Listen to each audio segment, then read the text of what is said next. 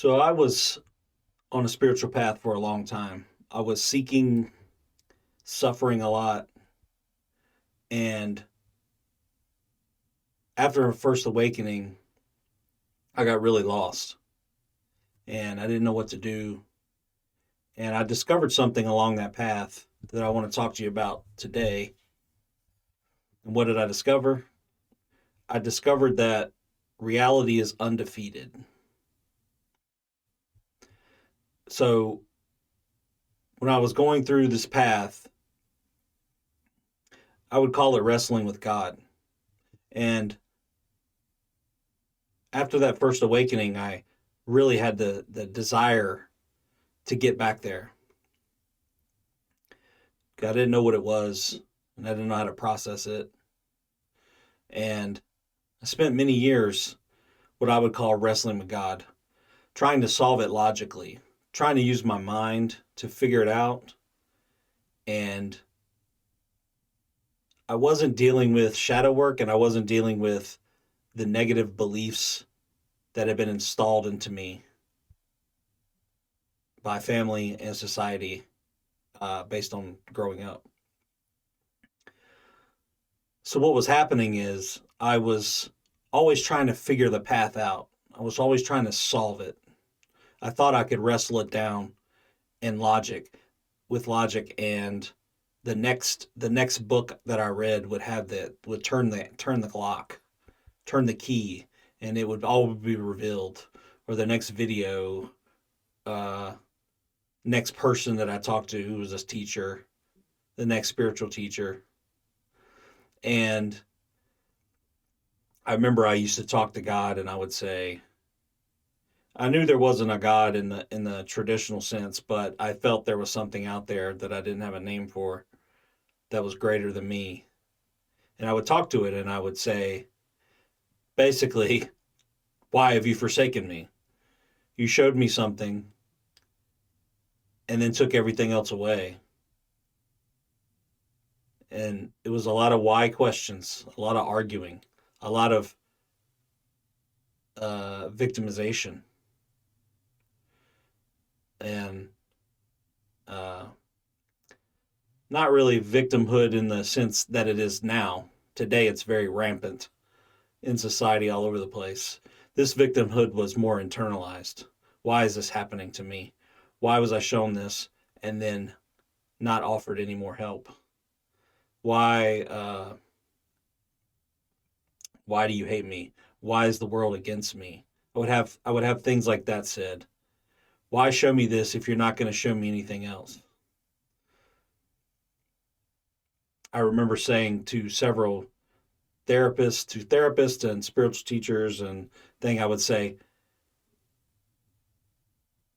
the universe is just showing me exactly what not to do, but it's not showing me what to do.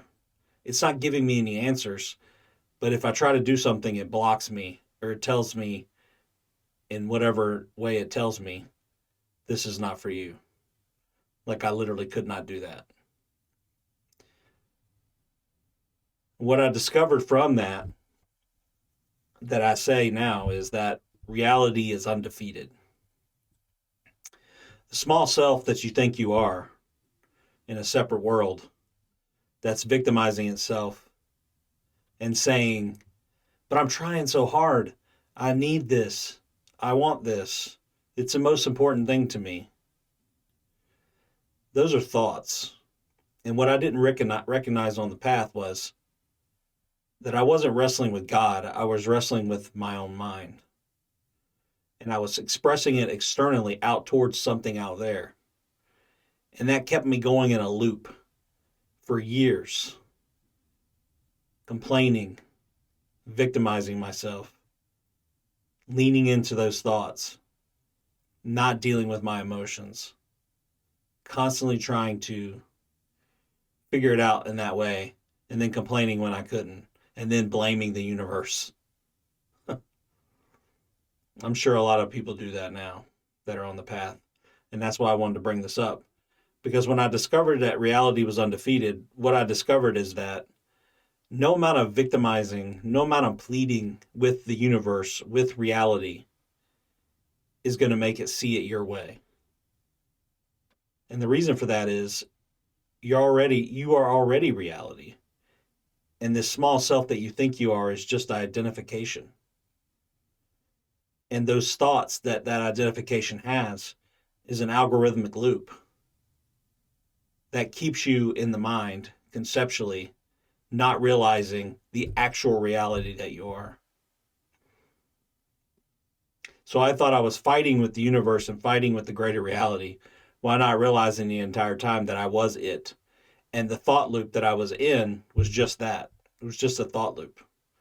But I was battling myself in my mind all the time, disassociated, not feeling emotions, not recognizing beliefs, not seeing. I was doing a whole lot of doing. I was reading book after book, watching videos, when videos. I was pre-video, but also when the videos came out, I started watching videos. But going to, reading books, going to retreats. And the entire time I was doing that, the thing that was right under my nose that I was missing was that I was believing my thoughts about the situation. And I was believing the journey I was on.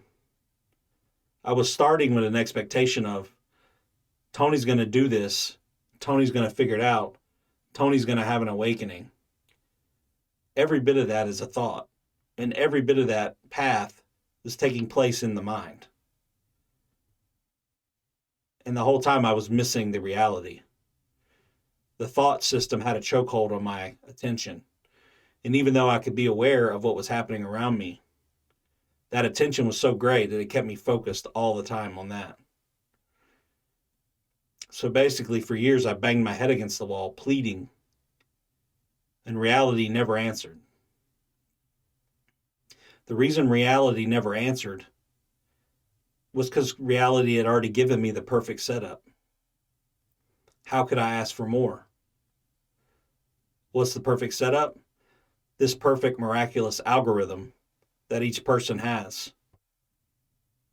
that are the proper conditions, can show that you are reality. And what do you mean by the algorithm? I mean the ego.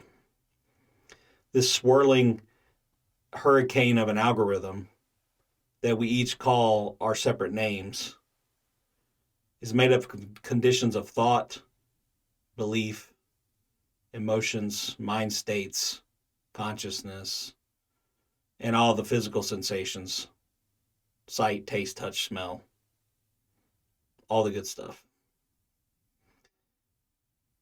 That algorithm takes place within the greater reality that you actually are, made of the same substance, and extends out into the world. And it's perfectly balanced. Perfect doesn't mean good or bad. It means it's perfectly calibrated to give you what's put in it. And that's a great gift that reality gives us. So if in the algorithm your parents fed you a bunch of nonsense about the world, you grew up with those beliefs, but they were also fed that, and the conditions and the tendencies rolled on. So at some point, if you get sick of yourself enough, you turn your attention to seeing instead of doing. What am I not seeing? I've done everything on this path, but what am I not seeing? What am I not seeing clearly? You're not seeing your mechanisms. You're not seeing your beliefs. You're not seeing the things that you've had since birth that were given to you by people who had things given to them and didn't know any better. They did not have the awareness. But if you're on this path, and especially if you're watching this video, more than likely you do have that awareness. Consider yourself lucky and have gratitude that that's there, because for most people it is not. But I got to ask you, what are you going to do with that? Are you going to complain and say that God, reality, universe, Shiva, whatever name you want to give it, is not giving you what you want? That's a very self-centered view, as I had. There's no blame here. It's just recognition. So at that point, when you recognize that reality is undefeated, you draw a line in the sand and you say, I'm going to turn my attention not into this thought loop that I've had my whole life, but towards what's really happening here. And I'm going to try to look through reality's eyes as best I can and not my own. Because your own eyes are within the algorithm, they are within the loop. Coming out of the loop, you see through reality's eyes.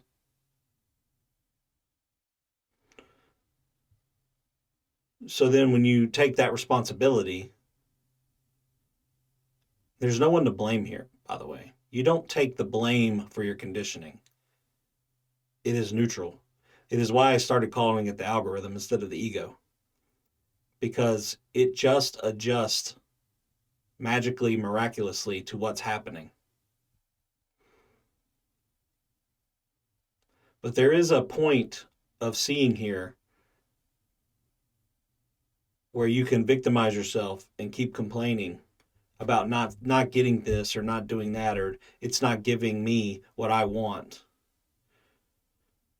But reality doesn't bend to your will. Reality is much greater than you.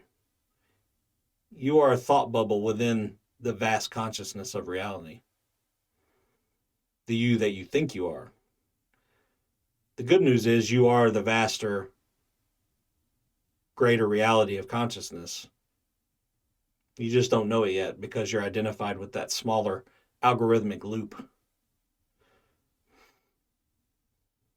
But you have to really have the earnestness and the will not to do anything, but to see.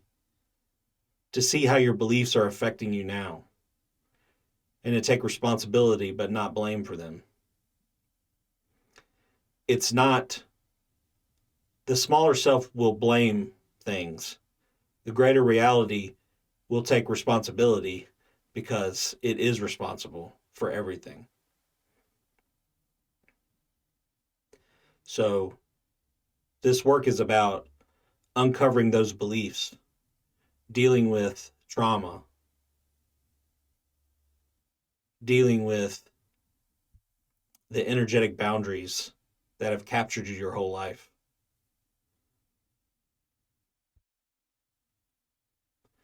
So is there anything to do about it? No. Is there anything to see? Everything.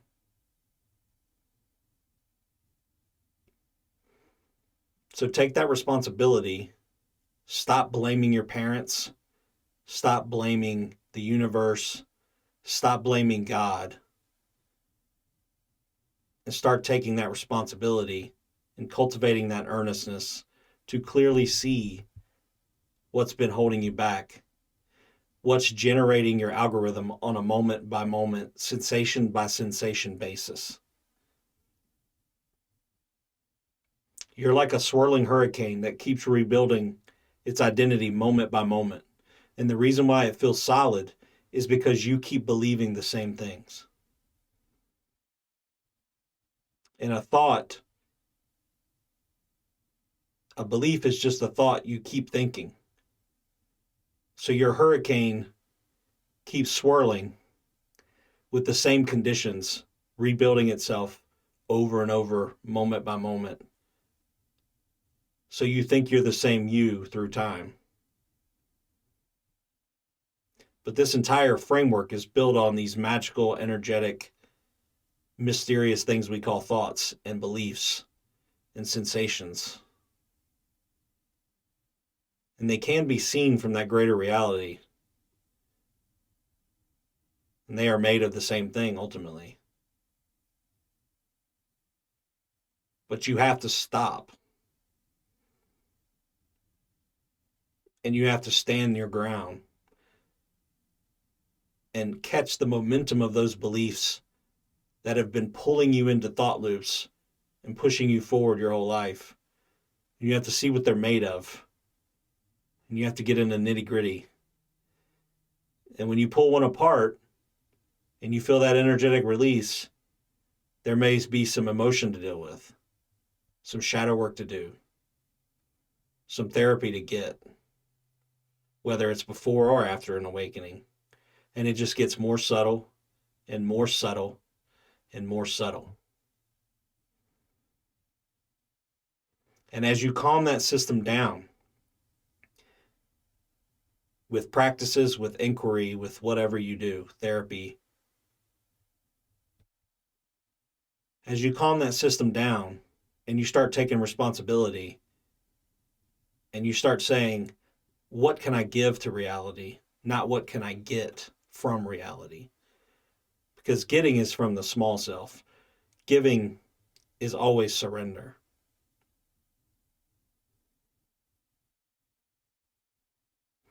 You could sit in a monastery for 30 years and miss this, looking at a wall.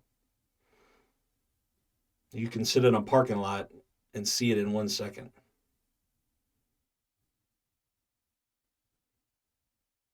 It's all about the earnestness and the conditions that earnestness creates.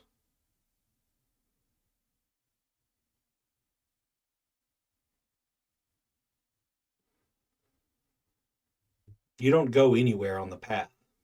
The path is all in your mind. It's all in the algorithm. And it can be blocked by your beliefs and expectations. It is blocked by those. And you must take responsibility for those beliefs and expectations. And that happens right here, right now, not in concepts. There's something there that sees the concepts that you can dive straight into here.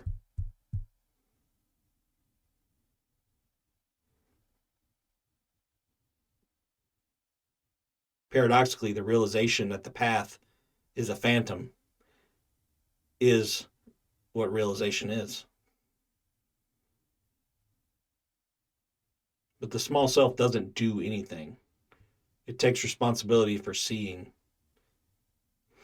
And it turns its attention away from those things that have conditioned it into the fresh newness of like right now.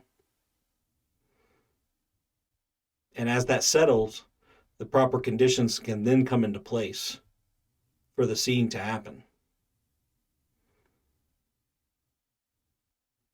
So at the beginning, you take your sword of seeing, the sword of attention, and you draw a line in the sand, and you focus on the here and now,